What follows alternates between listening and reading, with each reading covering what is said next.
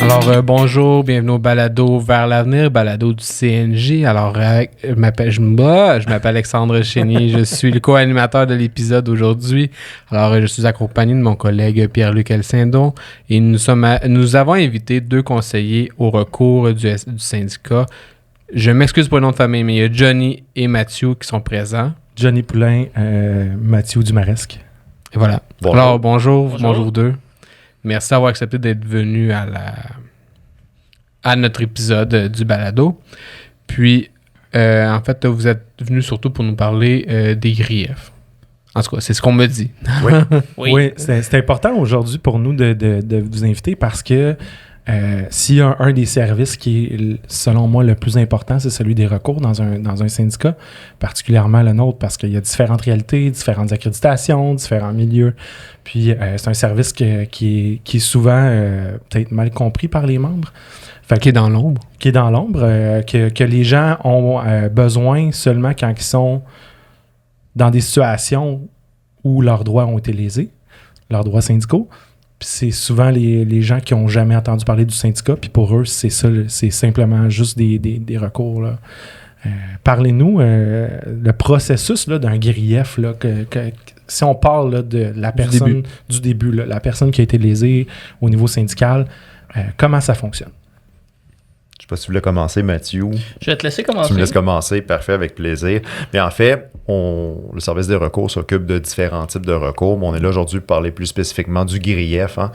Donc, la première étape, c'est que lorsque le syndicat est saisi du grief en vertu de la convention collective en vigueur, on suppose que l'employeur, généralement, en a aussi une copie. Tu débutes, en fait, par une analyse là, sommaire au premier regard de qu'est-ce que la personne elle a fourni avec son grief. Hein? Plus souvent qu'autrement, on reçoit un grief tout nu, tout seul comme ça. Bon, à ce moment-là, bien, on doit investiguer. En fait, on fait ce qu'on appelle l'enquête syndicale. Donc, à sa face même, selon le libellé de grief qu'on a, souvent on est capable de cibler c'est quoi la problématique, du moins, là, qui est contestée. Des fois, c'est... le libellé, là, juste pour les gens qui ne savent pas au niveau du langage syndical, c'est le petit texte qui va résumer... Je conteste. C'est ça, exactement. Je réclame. Voilà. Bon, des fois, c'est bien circonscrit. Des fois, on a des libellés de 4 pages aussi. des romans. Des fois, rapidement, on se rend compte que il y a visiblement un problème. La personne fait un grief. Cependant, ça part dans tous les sens. Puis c'est surtout une contestation d'une problématique. Mm-hmm. Bon. Mais dans tous les cas, on doit faire l'enquête syndicale. Donc, ça commence par une demande de renseignement. On va poster une demande de renseignement. De toute façon, en fonction de la réglementation du syndicat, là, c'est bien formel. On envoie ça par la poste. Mais il y a d'autres façons de communiquer. Aux membres, à l'employé ou... Aux membres. Ouais. OK. Généralement, les représentants, par exemple, syndicaux de la région sont toujours mis en copie.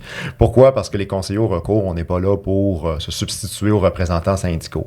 Donc, si la personne, elle a des questions, évidemment, elle peut contacter le conseiller au recours, mais elle peut demander quand même l'assistance de son représentant régional pour être assurée. Je reçois une demande de renseignement, qu'est-ce que ça l'implique? Qu'est-ce que ça mange en hiver? Je suis obligé de lui répondre au conseiller. Ou même au président de section locale, si on redescend là, dans l'arbre, au niveau, il y a le palier local, régional et national. Oui. Puis vous êtes, dans le fond, vous faites partie des services des recours au national à Québec. C'est ça. C'est vraiment la première étape, en fait, est de documenter le dossier. Donc, la personne reçoit sa demande de renseignement. Et là, ça implique évidemment un investissement de la part du plaignant. Parce que c'est facile de déposer parfois le recours. Cependant, oui, ce dossier-là, ultimement, si on ne réussit pas à le régler, par exemple, à l'amiable ou en bonne relation de travail, c'est un recours légal. Donc, quand on échoue les discussions, on doit se rendre jusqu'au tribunal. Puis là, je vends le punch, la finalité, surprise, c'est le tribunal. OK? Tribunal administratif du travail. Non, en fait, le tribunal d'arbitrage. D'arbitrage avant. De grief. Et la fonction publique, parce qu'on a d'autres employeurs, mais pour la fonction publique, on a un rôle qui est dédié à la fonction publique, comme un pour les ouvriers, puis un pour l'Agence du revenu également, là, ici. Puis par la suite, comment ça fonctionne? Un coup que vous avez récupéré toutes les informations sur la situation, il y a une inscription qui se fait, je crois, du grief. En fait, les inscriptions, elles sont automatisées dans la plupart des cas. C'est-à-dire que, bon, par exemple, si c'est un peu plus difficile pour la personne de constituer sa preuve ou que malheureusement, elle ne collabore juste pas avec le syndicat, pour protéger les droits, on va toujours envoyer l'inscription au greffe du tribunal automatiquement. Ça, c'est fait là, dans la grande majorité des cas. Question de juste protéger les droits. Il y a la voie qu'on ne souhaite pas, c'est-à-dire que la personne offre juste pas sa collaboration, documente pas son dossier. Bien, après 3 avis formels, en fonction de notre réglementation, on va finir par fermer le grief à ce moment-là. C'est quoi, je m'excuse, je te coupe, là, les délais, là. Ah, tu dis qu'il y a 3 avis, 3 demandes, 3 avis formels. C'est quoi les délais entre les avis? Est-ce on va donner 30 jours. Non, c'est pas, c'est vraiment prévu dans notre réglementation. Donc, on donne un délai de 30 jours à chaque fois. Puis là, après ça, on n'en fait pas un suivi absolument serré. C'est-à-dire que moi, par exemple, le délai, ça peut faire 1 semaine qu'il est dépassé. Mon greffe va m'aviser après. Donc, les gens, généralement, vont bénéficier d'un délai de bien plus là, que 30 jours. Si une personne évoque, par exemple, un motif qui est vraiment totalement raisonnable, là, donc elle est en incapacité totale, elle est hospitalisée, ça prend un motif raisonnable, ben, on va suspendre la procédure aussi. Là. Mais il faut que la personne nous offre, dans tous les cas, sa collaboration. Puis là, s'il y a nul est tenu à l'impossible, s'il y a un motif que je sors d'une psychose, je suis pas capable de documenter mon dossier, bien, évidemment qu'on va lui donner du temps de plus. Là. C'est notre réglementation à nous, puis le conseiller doit l'appliquer avec diligence là, ici. On n'est pas inhumain, autrement dit. Non, là. C'est ça. Je veux dire, moi, je suis assez lousse. À partir du moment que la personne se montre intéressée, me demande des délais supplémentaires pour fournir telle chose, moi, je suis quand même assez conciliant. Je veux dire, bon, après, c'est sûr, il y a le cas de l'invalidité totale. Là. Mais bon, il y a des cas aussi. Moi, je me dis, si la personne me donne minimalement signe de vie, c'est parce qu'elle est toujours minimalement intéressée par son grief. Là. Puis qu'elle veut fournir de l'information, c'est juste que pour différentes raisons, elle n'a pas toute l'information pour le moment. Puis même dans certains cas aussi, pour certains documents, on peut, avec une autorisation signée de leur part, aller la chercher auprès de l'employeur si c'est trop compliqué pour eux, parce que des fois, c'est drôle. Ils ont plus de misère à aller chercher une copie de leurs propres évaluations de rendement que si nous, on passe par nos vis-à-vis pour aller les chercher. Donc, ça, c'est un peu ironique quand on y pense, mais c'est la réalité à certains endroits, là. Puis par la suite, là, un coup, tout est inscrit, tout ça. Tout s'est bien passé. Le dossier, il est, disons, il est complet, là, disons. On le considère complet pour le moment. Ben, là, à ce moment-là, on va aller prendre la version des deux côtés. C'est-à-dire qu'on va faire un interview avec la personne plaignante pour venir compléter les notes parce qu'il y a toujours des zones grises, des choses qu'il faut venir peaufiner. Et on va faire la même chose avec l'employeur aussi. Donc, on va faire une entrevue avec l'employeur. Puis des fois, bien, juste ces 2 étapes-là, finalement, là, le dossier il est bien complet. Ça arrive des fois que malheureusement, il y a des versions qui se confrontent. Donc, on doit refaire un deuxième retour à l'employé. Ou encore, bien malheureusement, on juge que ça se peut que l'employeur, par exemple, si on parle de cas de mesures disciplinaires, ça me semble plus crédible, notre dossier semble moins fort, l'employeur va nous identifier des témoins lui aussi. Il va nous dire, parle à tel individu, il va peut-être pouvoir t'en parler plus. OK, vous pouvez parler à d'autres personnes que le membre qui a déposé le grief et l'employeur. Oui. Okay. Donc, fait que c'est pas juste entre le membre puis la partie patronale. C'est beaucoup plus élargi. C'est ça, tout à fait. Parce que comme conseiller au recours, je dois apprécier aussi la crédibilité du salarié en question. Donc, on prend jamais pour acquis que ce qu'il nous dit, c'est forcément la vérité. Donc, comme dans une vraie enquête. Comme dans une vraie enquête. Même chose pour ce qui est de l'employeur. Des fois, c'est entre les deux, où il y a des perceptions des deux côtés. Donc, justement, on doit comparer qu'est-ce qui est le plus crédible, qu'est-ce qui est le moins crédible. Puis ça se peut qu'on doive, à ce moment-là, prendre le téléphone, courriel, convenir d'un rendez-vous avec d'autres personnes qui ont été identifiées comme témoins pour se faire une tête. Mais là, c'est ce qu'on appelle la phase d'analyse. On fait une analyse. Par la suite, est-ce qu'il y a un appel peut-être de courtoisie aux relations de travail ou quelque chose d'autre qui va suivre par la suite? Ou si ça, c'est déjà dans l'enquête? Ça dépend. Normalement, ça devrait être dans l'enquête, OK, pour compléter. Des fois, ça arrive que de façon très tôt à sa face même, c'est pas fondé, par exemple. Fait qu'à ce moment-là, Quand très rapidement dans le processus, c'est pas fondé, il n'y a pas matière à aller plus loin, on peut aller vers l'avis de fermeture aussi du dossier, aviser la personne. Malheureusement, j'ai pas de matière à aller plus loin. Des fois, ça arrive à mi-parcours aussi. Parce qu'on s'entend qu'il y a des griefs qui sont plus clairs que d'autres, Oui. si je peux m'expliquer. Par exemple, un employé qui n'a pas reçu dans le fond sa paye pour un nombre d'heures, on s'entend que c'est difficilement contestable par un employeur. Là. C'est beaucoup plus clair et net et précis, disons, que par exemple un grief de harcèlement psychologique. Là. Il y a beaucoup raison. moins de peut-être de tournure ou de variables là-dedans. Là. C'est souvent même des dossiers qu'on va régler sur dossier. Mhm. C'est-à-dire, une fois qu'on a la preuve documentaire, on va voir du côté de l'employeur, il nie, il dit raison. À un moment donné, la preuve documentaire, elle va parler d'elle-même. Là. Puis l'employeur ne voudra pas poursuivre puis aller, par exemple, au tribunal pour une histoire de salaire. Là. Ça dépend. Ah ouais? Oui, Ok. ça peut arriver Ouais, pareil. ça peut arriver, effectivement. Je sais pas si tu peux continuer. Ouais, c'est aussi là, les rencontres, on appelle ça une rencontre d'échange d'informations. Là, tu parlais de rencontre avec l'employeur. On peut faire des rencontres n'importe quand, mais il y a la fameuse rencontre 3-12-12 d'échange d'informations qu'on fait quand même relativement... ça dépend, relativement rapidement. Moi, je la fais personnellement quand j'ai toutes les informations. Puis aussi pour obtenir de l'information de la part d'employeur, c'est le but de la rencontre. Après ça, actuellement, comment c'est fait, ça va changer un peu. Mais on doit faire signer au terme de cette rencontre-là un formulaire 3-12-12 qu'on appelle communément dans le jargon. Et l'employeur nous le retourne signé. Après ça, c'est transmis au greffe d'arbitrage. Et à partir de ce moment-là, on est en attente d'une date d'audition, à condition que l'avis d'arbitrage soit envoyé. Généralement, quand on est rendu à faire la 3-12-12, si on est vraiment rapide, on peut la faire avant que l'avis d'arbitrage soit envoyé, mais c'est quand même relativement fréquent qu'elle soit déjà envoyée. On envoie le 3-12-12. À partir de ce moment-là, on attend une date d'audition, là, selon l'ordre de priorité, etc. Là, je pense pas qu'on va avoir le temps de rentrer là-dedans aujourd'hui, mais... Je veux juste revenir un peu sur la fermeture de certains dossiers. Oui. Est-ce qu'il y a des critères? Comment... J'imagine qu'il y a une façon de faire pour déterminer qu'un dossier, finalement, on peut pas aller plus loin. On peut pas... J'imagine que vous pouvez pas arriver un matin et faire comme ce dossier-là, ça me tente pas, fait que je le ferme. Jamais. Fait que mais non, mais je veux juste mettre les choses au clair, là, parce que des fois, c'est ça, juste pas faire en sorte que le monde qui écoute fait comme oh, mais là, si c'est pile ou face. On peut pas agir de manière, mettons les choses au clair, là, déraisonnable, surtout pas arbitraire, de mauvaise foi ou discriminé. Là. Non, en fait, tout dossier doit toujours faire l'objet d'une analyse bien sérieuse, d'accord? Les enquêtes vont varier d'un dossier à l'autre selon la nature du dossier. Il y en a, comme on disait, qui peuvent être faites sur dossier pratiquement tellement que c'est d'une simplicité.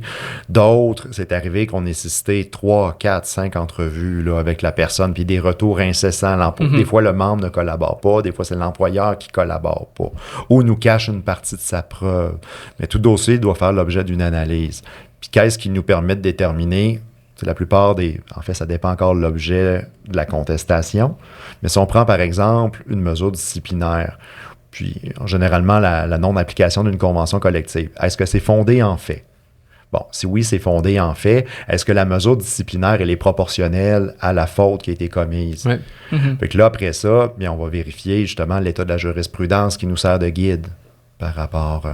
dans notre prise de décision, autrement dit. Puis, après, même si, par exemple, c'est fondé, la mesure, elle nous semble un peu sévère par rapport à d'autres cas similaires, mais est-ce que l'employeur a agi de manière totalement déraisonnable? Est-ce qu'il a ignoré des facteurs atténuants, par exemple, ici? Est-ce que moi, je peux venir relativiser les choses?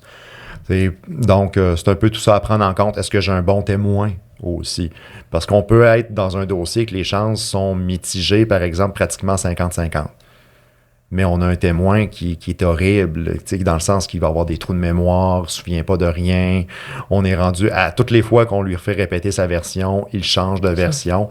Ben là, on est dans des dossiers qu'on a soit intérêt à régler le plus possible à l'amiable, là, parce que c'est une fois qu'on n'a pas encore parlé.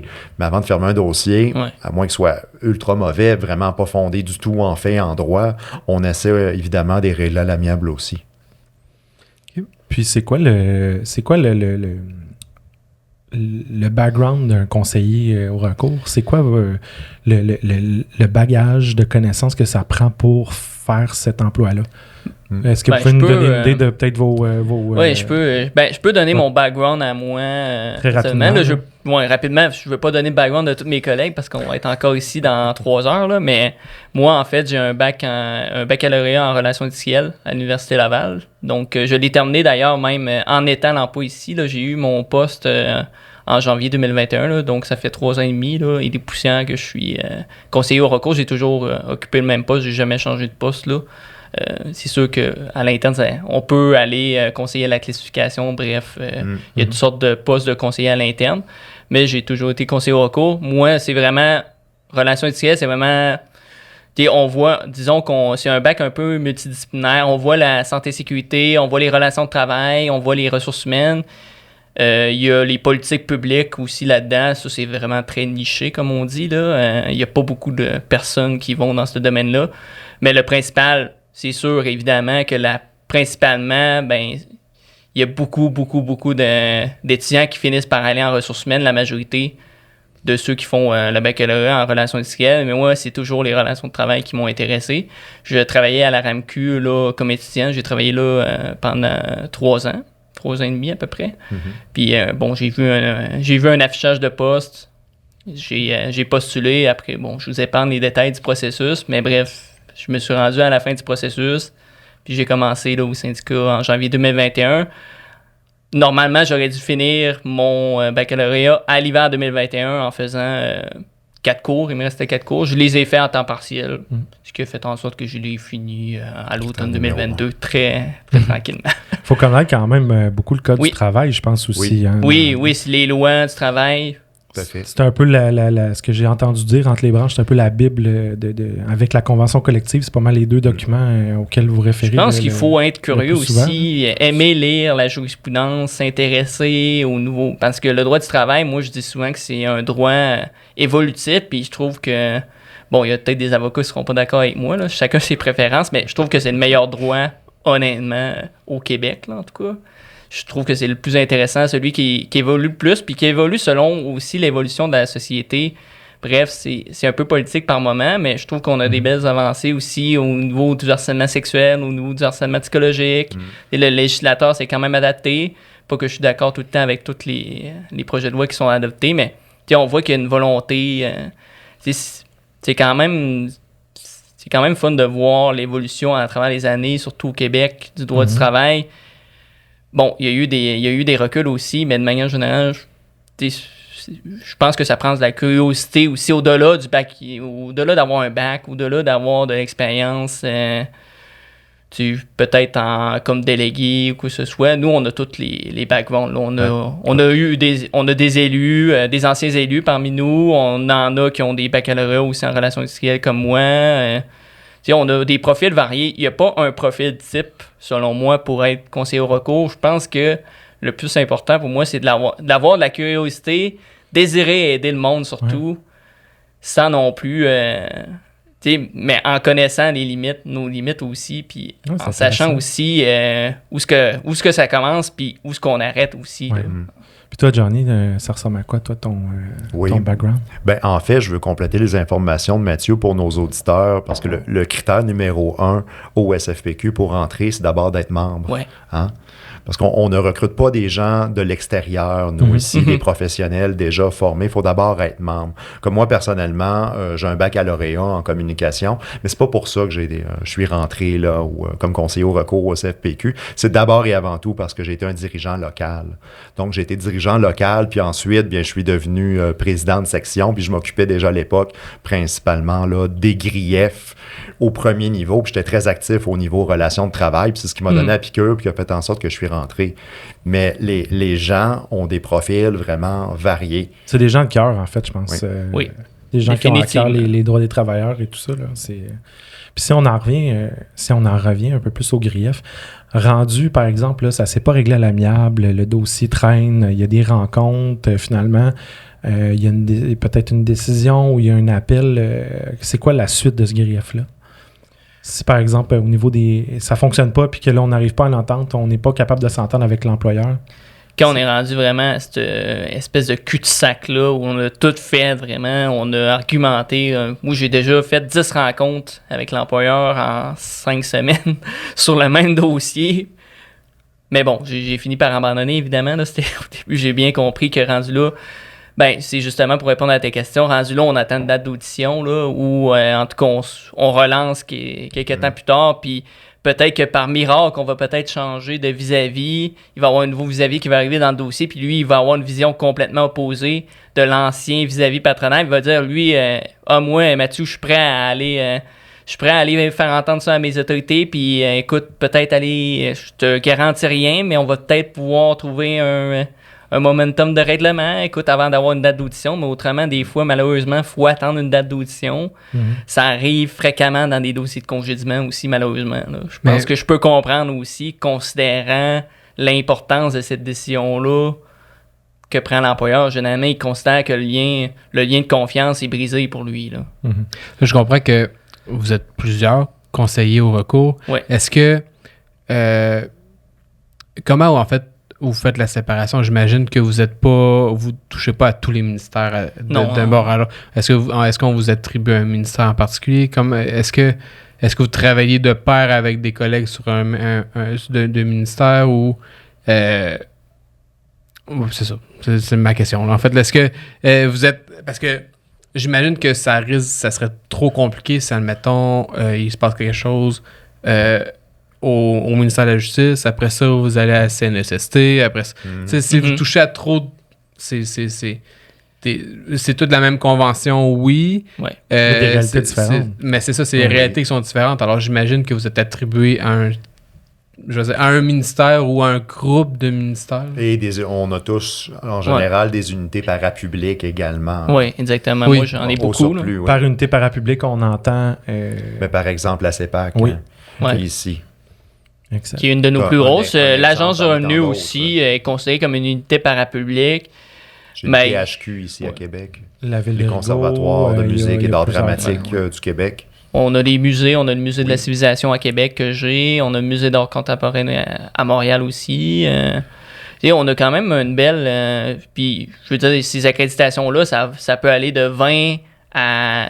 La CEPAC, je pourrais pas dire combien, mais c'est quand même... plus que 1000 membres, là, puis c'est saisonnier. Mais on peut avoir jusqu'à de 20 membres. Moi, j'en ai de 20, comme je peux en avoir de 300 membres. À Investissement Québec, par exemple, on a quand même beaucoup de membres, étant donné qu'il y a beaucoup de membres qui venaient de la fonction publique, qui ont été cédés à Investissement Québec en 2019, notamment là, plusieurs centaines quand même d'employés, juste de notre bord, là, du bord du SPJQ aussi, évidemment, ou du côté professionnel. Puis la question que beaucoup de membres nous posent, pourquoi ça prend autant de temps, un grief, Peut-être à commencer. être entendu? C'est une question qu'il faut adresser puis qu'il faut essayer de comprendre parce que les gens, souvent, ne comprennent pas pourquoi ça prend autant de temps un grief à se régler. Ben, pour débuter, puis c'est une réponse qui est plutôt plate, là. Okay? Il y a un volume qui est très important de recours qui sont déposés. Puis comme si on pense au système de justice criminel, tout ça, on ne peut pas empêcher les gens, mais enfin, la criminalité, donc parce qu'il y a des causes, ça vient s'ajouter sur... Et c'est exactement la même chose en droit du travail. Donc, surtout, nous, on est de la façon qu'on fonctionne dans la fonction publique, on n'empêche personne de déposer un grief. Hein. Il n'y a pas une analyse qui est faite au niveau local de recevabilité immédiate. Non, il est déposé, puis on fait l'analyse après. Donc, pourquoi c'est aussi long? Il y a un volume qui est très important. Puis une fois que l'analyse, elle est faite, puis qu'on juge qu'il a des chances raisonnables de succès. Bon, s'il n'y a pas de chances raisonnables de succès, on en a parlé un petit peu, là. Soit malheureusement, on doit s'en désister, ou on essaie de le régler à l'amiable. À partir du moment qu'il y a des chances raisonnables de succès, si de l'autre côté, il ne collabore pas, ne veut pas le régler, ben l'issue, qui est un peu l'échec quelque part, du moins le premier échec, c'est d'attendre une date d'audience, c'est de procéder devant le tribunal. Mais il y a un nombre de jours d'audience limité dans une année. Exact. Okay. Il y a un nombre d'arbitres limité au Québec aussi. Puis même chose de ressources syndicales et patronales. J'imagine qu'également, on on va dire, impacté par les autres syndicats qui Tout à fait. qui déposent également des griefs. Là. Il n'y a pas juste nous. Là, Ben, si on pense par exemple au SPGQ ou la PGQ, ils utilisent exactement les mêmes arbitres que nous. OK. Donc, ils sont aussi liés au greffe de la fonction publique québécoise. Mhm. Ces arbitres-là, c'est pour ça, en fait, il y a des niveaux de priorité dans la convention collective, si on pense à celle des fonctionnaires, qui attribuent un nombre de jours de réservés pour, mais encore faut-il mettre un arbitre sur ces nombres de jours-là. Exactement. Puis la pénurie de main-d'œuvre, elle affecte aussi les arbitres. Ben, tout à fait. Elle affecte les autres, les gens qui font fonctionner ces systèmes-là. C'est ça, puis pour le bénéfice de nos membres puis des auditeurs, c'est important de comprendre, en fait, un grief moyen, là, c'est rarement une journée d'audience. Hein. Souvent, les plaidoiries à elles seules, qui sont à la fin du processus d'arbitrage, vont prendre une journée. Mhm. Donc, ce qu'on voit le plus souvent, c'est entre 2 et 3 jours d'audience. Donc, on peut attendre, si on prend le dernier niveau de priorité, en fait, plusieurs années avant d'avoir une date d'audience. Et quand on l'a fini, puis là, c'est s'il n'y a pas d'objection préliminaire, de sous-questions à régler avant même l'audience, sous le fond, L'appel. etc., là, ben, l'appel va venir après, mais effectivement... S'il n'y a pas de problématique, puis tout se passe bien. On procède sous le fond. Après la première journée d'audience, tout le monde doit rouvrir ses agendas, à commencer par l'arbitre, qui nous donne ses prochaines disponibilités, qui généralement vont 2-3 mois après. Okay. Mais là, l'avocat patronal donne ses disponibilités, l'avocat syndical donne les siennes, et les conseillers syndicaux les nôtres. Puis ultimement, ben, le salarié, s'il y a un mariage de prévu aussi, ou ben, lui aussi, on tient compte de sa disponibilité en dernier. Là. Alors, c'est long le processus. C'est important de comprendre les différents niveaux. Là. Par exemple, peux-tu me donner un exemple de... Pouvez-vous me donner un exemple, en fait, de grief qui va être entendu avant un autre? Oui. Un exemple concret là, pour le bénéfice de nos... Congédiement, évidemment, en priorité. Là, après, il faut faire attention. Là. Un congédiement, pour moi... le congédiement d'un employé qui a plus que 2 ans de service continu, donc ça peut... souvent, c'est un employé qui a sa permanence, qui a acquis sa permanence, qui a peut-être été occasionné dans le passé. Ça, c'est vraiment un priorité 1. Après, il peut y avoir des non-renouvellements de contrat et aussi des fins de stage probatoire, ainsi que des fins de période d'essai. Fin de stage probatoire, fin de période d'essai, je ne vais pas aller dans le détail, ça se ressemble essentiellement. Fin de période d'essai, c'est parce que tu étais un employé occasionnel. Fin de stage probatoire, tu étais temporaire vers l'acquisition de permanence. Okay. C'est prévu dans la loi sur la fonction publique, d'ailleurs. Là. Mais généralement, ces griefs-là sont... c'est plus des numéros de priorité. Là. Maintenant, on met ça en ABC. Là. Avant, dans le passé, il y a déjà eu 10 niveaux de priorité, là, ce qui était beaucoup trop. Ça a été refait quand même récemment. Puis la nouvelle convention collective, si elle est adoptée, je veux dire... la partie dans la convention collective sur l'attribution de journées d'audition a été refaite en conséquence aussi de ça. Mm-hmm. Mais il y a déjà une modification qui fait en sorte qu'il y a plus de griefs d'harcèlement psychologique aussi, même s'ils étaient à la priorité 3, par exemple, auparavant. Maintenant, ils sont à la priorité A, si je ne me trompe pas. Parce qu'il y en a beaucoup plus qu'avant, c'est ça qu'on comprend? Oui, il y en a beaucoup plus qu'avant. Après, je ne vais pas sortir de statistiques ici. Là. Les statistiques existent... Si vous avez la chance d'être délégué et que vous regardez le rapport du service des recours lorsqu'il y a un conseil syndical, donc avis vous intéresser, ça existe, il y a des statistiques. Mais parlons du grief de harcèlement psychologique. Oui. Je sais que pour tous les griefs, excepté celui de harcèlement psychologique et de violence au travail, c'est un délai de 30 jours. Vous me corrigerez si je me trompe. Là.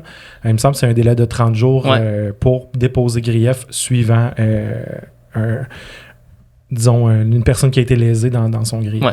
Oui. Pour un grief de harcèlement psychologique, c'est quoi le délai? C'est plus long, il me semble. C'est 2 ans depuis la manifestation du dernier événement. Okay. Oui, exactement. C'est conformément au nombre du travail. Donc, la personne pourrait, par exemple, un événement qui s'est passé en 2023, pourrait porter plainte en 2024. Exactement. Et en 2025, si elle le désire. Mais là, c'est ça. Oui, peut le faire, peut exercer son recours.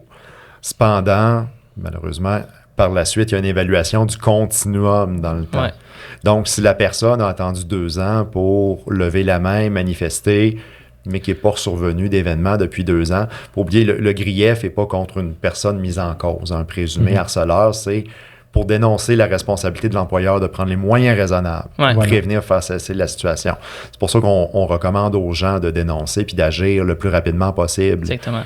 Et même si, au final, le grief, par exemple, c'est retenu que, bon, c'est pas du harcèlement psychologique au regard de la jurisprudence, de la loi, des critères prévus, c'est toujours bien qu'il y a un problème. C'est d'abord un recours qu'on exerce pour dénoncer une situation, demander de l'aide, lever un drapeau. Donc, c'est pour ça que... Si, admettons, là, la personne, là, justement, là, elle fait un grief d'harcèlement psychologique dans 1 an et demi et plus. Oui. Mais finalement, elle le fait parce que, admettons, là, la personne qui lui faisait subir le harcèlement psychologique, là, c'est parce qu'il a changé de corps d'emploi ou il a juste déménagé. Oui, il a Ça quitté vient- la fonction c'est publique. ça vient pas invaliditer la légitimité de son grief. Là. Mais c'est Malgré c'est le qu'ultimement, ça devient seulement qu'une dénonciation, Mhm. mais qu'il est possible d'obtenir absolument rien dans celui-ci. Mhm. Donc, le grief devient sans objet. Parce qu'encore une fois, si on se rend jusqu'au tribunal, le but, on va examiner, bon, est-ce qu'il y a eu un arrêt de travail? S'il y a eu un arrêt de travail, est-ce que la personne a fait sa réclamation du travailleur à la CNSST pour être dédommagée? Parce qu'en principe, c'est une étape qu'on doit faire. C'est pas Au dépôt du grief. au dépôt du grief s'il y a eu arrêt de travail. Justement, Ouais. on doit aussi considérer que l'événement, ça va être un autre fardeau de preuve et un autre examen différent, mais que les événements ont causé l'arrêt de travail. Donc, on devrait normalement faire une réclamation à la CNSST aussi pour mitiger son dommage. Mais si, par exemple, on fait un grief pour dénoncer une situation, la personne mise en cause, ça fait déjà 1 an et demi qu'elle n'est plus là. À partir du moment que l'employeur reçoit ça, là, quels moyens de prévention on veut qu'il mette en place pour prévenir, faire cesser? Ben, malheureusement, il n'y en a plus. Puis il demeure toujours dans l'analyse, la vérification, bon, est-ce que c'était collègue contre collègue? Si collègue contre collègue, malheureusement, l'employeur n'a pas grand responsabilité si on fait la dénonciation 2 ans plus tard. Oh, si une mise en cause, par exemple, est un représentant de l'autorité patronale. Puis là, ben, ça se peut qu'on puisse obtenir du dommage quand même parce qu'il portait le chapeau de l'autorité patronale. Et même si l'employeur a eu le signalement de façon un peu plus tardive, si on veut. Là. C'est très complexe, hein? Oui, c'est Oui, complexe. Oui. Puis je comprends que les gens ont peut-être la difficulté à rendre ça tangible, à comprendre l'ampleur de la chose puis l'ampleur du C'est service. surtout... je c'est dirais que c'est important. surtout parce que je prends juste les guides d'harcèlement, admettons juste harcèlement psychologique, là, je rentre pas dans le sexuel, il y a comme 10 000 cas, tu sais, chaque cas est différent, chaque cas, tu sais, juste dans le continuum de temps, tu sais, les événements, tu sais, il n'y a pas de cas vraiment qui se ressemblent. Et oui, il peut y avoir des ressemblances, mais tu sais, il y en a qui ont quitté l'emploi, il y en a qui quittent dans le cadre tu sais, après avoir déposé leur grief. Des fois, ça peut être dans la semaine après avoir déposé le grief d'harcèlement parce qu'ils, justement, sont malheureusement plus capables. Ça peut être dans l'année qui suit le dépôt du grief d'harcèlement.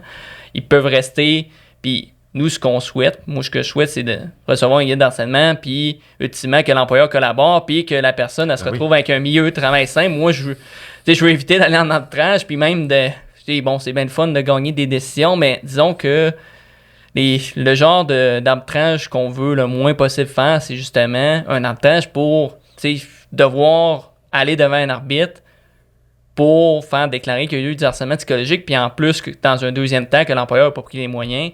Ça m'est arrivé dans une clientèle, c'est pas moi qui ai porté le dossier, là, c'est mon ancien coordonnateur qui est maintenant gestionnaire, mais ça nous est arrivé, puis bon, je veux dire, ça finit plus de finir. Après, une fois que l'arbitre a rendu la décision, il faut s'entendre sur qu'est-ce qui va être versé en indemnité à la personne salariée. C'est pas nécessairement toujours simple. Si on s'entend pas, il faut retourner devant l'arbitre. C'est d'autres délais supplémentaires. Puis des fois, la personne employée est même plus lourd au final.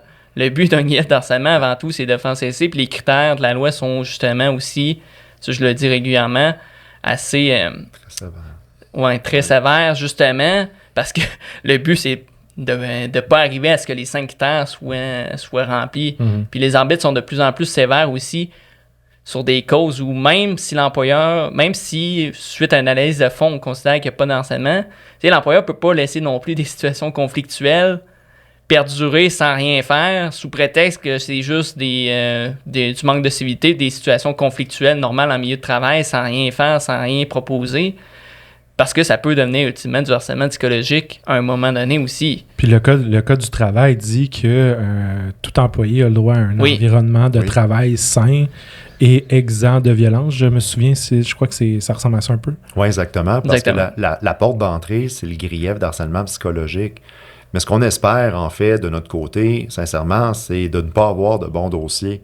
Parce que les bons dossiers, c'est souvent malheureusement des histoires d'horreur là, épouvantables. Puis là, je veux pas minimiser les cas de personnes. Mais quand on se trouve face à des situations qui sont plus conflictuelles ou de 1-2 incivilités, par exemple, répétées, ben, on n'est pas encore dans la sphère nécessairement d'une personne qui est en dominance, qui exerce du harcèlement psychologique. Exactement. Mais là, on a encore, nous, un espace pour intervenir. Fait qu'une des premières choses qu'on fait, puis souvent la personne, elle n'est même pas nécessairement au courant parce qu'elle est souvent en invalidité, par exemple. Mais nous, on fait un appel à l'employeur pour quels moyens tu as pris pour prévenir. Si, admettons, la personne, elle revient de l'invalidité, tu me contactes. Moi, je vais contacter la personne et là, on va mettre un plan tripartite, tout le monde ensemble, pour au moins s'assurer que la situation là, soit réglée, ne dégénère pas davantage. Puis là, il y a des gens que ça vient heurter un petit peu parce qu'au final, quand on a un employeur qui collabore, puis c'est quand même souvent le cas dans ce genre de situation-là, heureusement, c'est ce qu'on veut, bien, au final, ça se peut qu'on dise on est satisfait, la situation ne s'est pas reproduite, la personne a bénéficié d'un accompagnement du syndicat, mais on ferme le dossier. Mais parce que par le grief, il y a des gens qui pensent ou auraient le désir d'aller jusqu'au bout du processus pour le dire à un arbitre, pour le dénoncer. Or, c'est pas le travail d'un arbitre. Puis honnêtement, eux, c'est de rendre une décision, mais au final, ils sont quelque part un peu indifférents après ce travail-là. Le plus important, c'est que la situation, qu'il y ait un milieu de travail sain, comme tu disais justement. Puis, il se passe quoi à un grief? Puis là, pour la première phase de ma question, ça va englober tous les griefs, tous les types de griefs. Puis après ça, je vais y aller aussi sur le grief d'harcèlement psychologique. Il se passe quoi à un grief si, admettons, l'employé quitte par la suite? Et il dépose son grief, il fait quelques tâches. Puis après ça, finalement, ça ne fonctionne pas. Il y a persécution, puis finalement, il décide de juste simplement quitter la fonction publique. Est-ce que le grief tombe? Est-ce que le dossier est fermé? Qu'est-ce qui se passe? Pas nécessairement. En fait, ça dépend évidemment de l'objet de la contestation. C'est possible que le grief n'ait plus aucun objet. Ben, à ce moment-là, on va le fermer. Cependant, si la personne quitte la fonction publique et elle a un dommage concret, la procédure suit son cours tout simplement. Ça peut même, dans des circonstances, nous donner des arguments, des munitions pour dire à l'employeur « Hey, écoute, la personne, elle n'est même plus là, ça ne vous tente pas de part et d'autre de passer à d'autres choses. » Puis là, ben, nous, ça nous donne l'opportunité de faire des offres de règlement. Ça dépend vraiment du type de grief. Là. Si on passe à une mesure disciplinaire, la personne est prise avec une mesure à son dossier, mais on peut négocier avec l'employeur justement d'effacer la mesure, de rembourser la personne juste pour passer à d'autres choses, d'autant plus que lui, il n'a plus d'enjeu, il l'a quitté. Ouais. C'est un exemple. Là. Puis, admettons, puis là, si on prend le volet plus harcèlement psychologique, parce qu'on en a parlé un peu tantôt, si la personne, elle dépose son grief, puis là, on sait tous qu'il y a des délais pour les griefs, malgré que les harcèlements psychologiques sont priorisés. Fait son grief, vous avez des discussions avec l'employeur, mais là, ça persiste malgré tout, et elle décide de quitter. C'est même question, est-ce que ça tombe à l'eau? Qu'est-ce qui se passe avec le greffe par la suite? Parce que je comprends que s'il n'est pas parti en invalidité, mais là, il n'y a pas de monétaire lié à ça, est-ce que puis là, techniquement, le problème n'est plus là parce que c'est triste à dire, mais le problème n'est plus là parce que l'employé a quitté. Est-ce que c'est un moyen, à la limite, de, ouvre les guillemets, taper ses doigts du gestionnaire, disant fais plus ça, t'as eu un avertissement quelconque ou, tu sais? Ou. Ben, je peux me lancer, Mathieu, tu compléteras. Oui. Encore, chaque cas d'espèce est différent, évidemment, là, mais ce qu'on va évaluer, en fait, c'est est-ce qu'il y a une faute de commise par l'employeur? Est-ce qu'il a fait preuve de négligence grave? Tu disais le cas, justement, où la personne n'a pas eu un arrêt de travail. Okay? Donc, il n'y a pas de dommage compensatoire à lui verser parce qu'elle a perdu aucun salaire. Dans ce cas d'exemple-là, si le mis en cause, c'est un gestionnaire, par exemple, l'employeur, il peut avoir commis une faute ou par le biais de son représentant. Donc, la personne, non seulement, elle n'aurait pas le droit du dommage compensatoire, mais pourrait avoir droit à des dommages moraux. T'sais, voire punitifs s'il y a des gestes extrêmement graves qui ont été posés. C'est un collègue de travail, mais la personne a fait un premier signalement, a donné des signes, en a parlé à son chef d'équipe, en a parlé avec son gestionnaire. Ils ont minimisé les choses, ils n'ont pas agi. En fait, ça vient de donner toute la force au grief d'harcèlement, justement, comme on disait, dans le cas où un employeur, finalement, ignore les différents signalements. Il devient complice, en fait, Il devient complice, puis même par son silence. Donc, c'est pas nécessairement lui qui va le créer. Ça arrive que la personne va faire un signalement, par exemple, selon le processus ministériel, elle ne fait pas de grief. Bon, Stan, il ne se passe rien. Finalement, elle fait un grief, elle implique son syndicat. Le syndicat, on va appeler l'employeur. Il peut ne pas avoir d'arrêt de travail, mais on va lui demander de prendre les mesures raisonnables. Bon, est-ce qu'il y a un contact avec la mise en cause? Est-ce que l'employeur, non, j'en ferai pas d'enquête. Mais c'est clairement pas du harcèlement, là. Oui, mais je te demande de faire minimalement une analyse, puis au pire, on ne sera pas d'accord. Mais là, c'est de la négligence grave s'ils ne font même pas d'analyse de recevabilité. Parce qu'ils vont à l'encontre de la loi rendue là.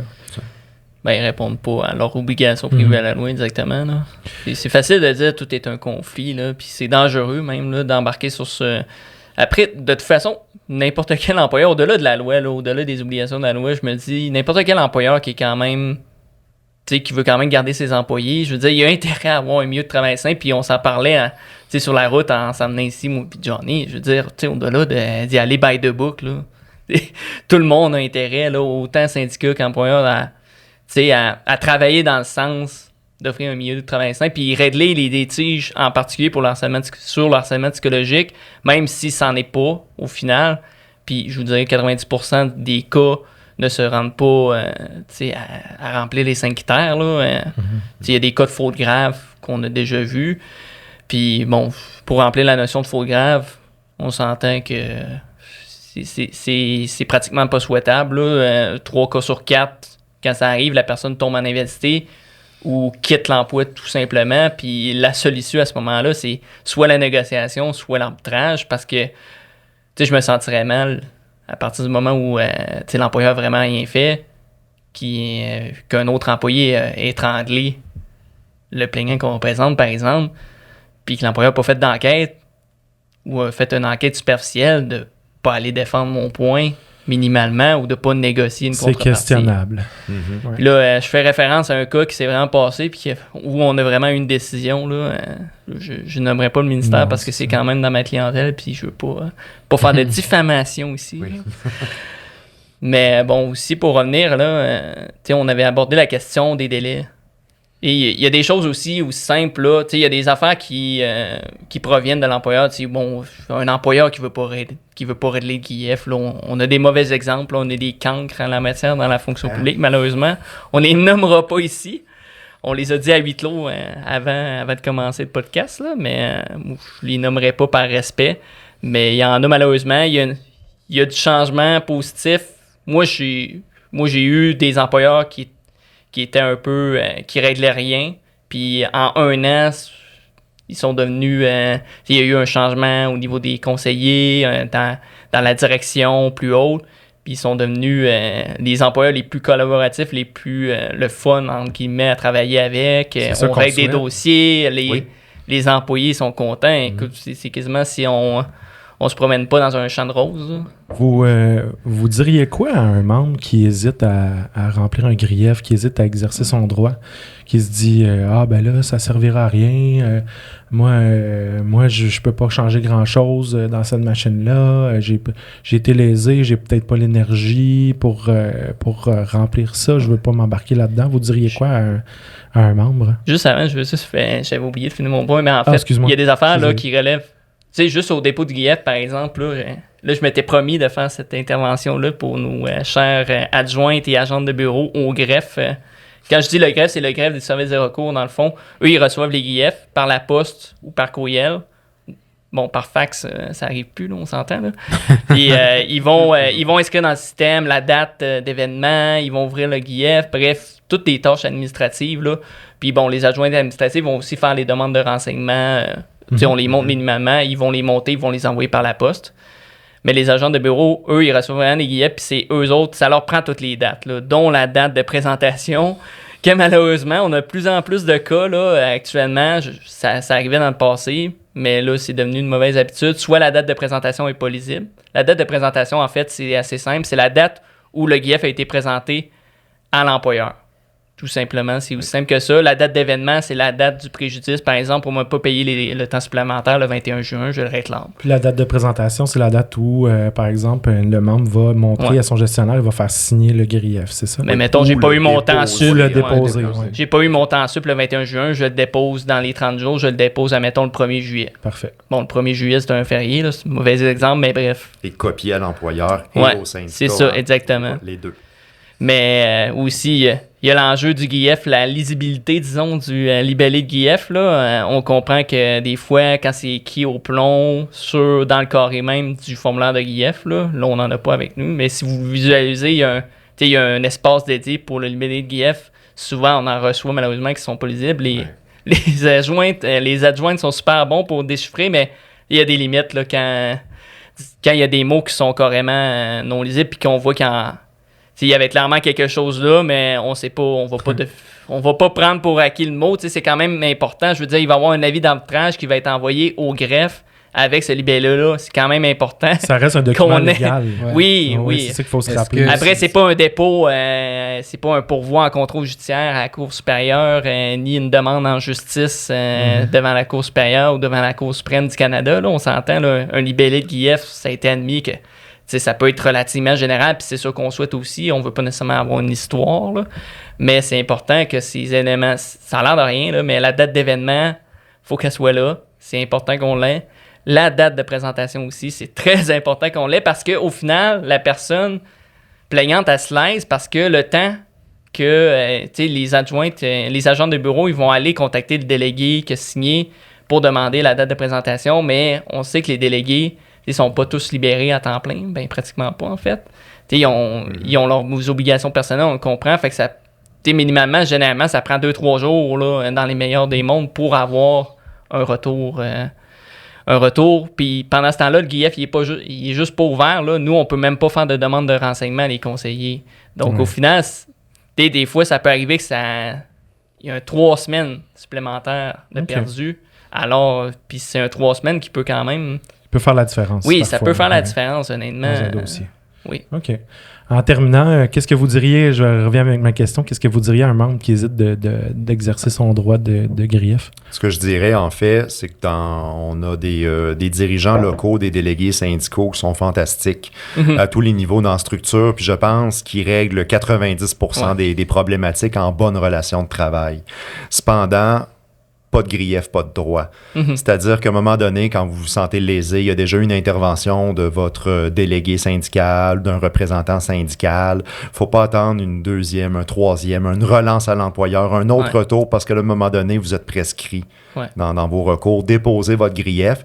Puis, le pire qui puisse arriver ensuite, là, c'est que finalement, on juge qu'il n'est pas fondé, qu'on le ferme. Mais plus souvent qu'autrement, on trouve une solution. Donc, c'est important, si vous êtes lésé, je le dis aux auditeurs, si vous êtes lésé, allez voir votre représentant syndical. Si vous ne connaissez pas votre représentant syndical local, parlez avec votre bureau régional, sfpq.qc.ca, vous pouvez le trouver. Donc, on voulait vous remercier. Merci beaucoup, Johnny. Ça fait plaisir. Merci. Mathieu, d'avoir démystifié ça pour nous. Ça fait plaisir. À la prochaine. À une prochaine fois, peut-être.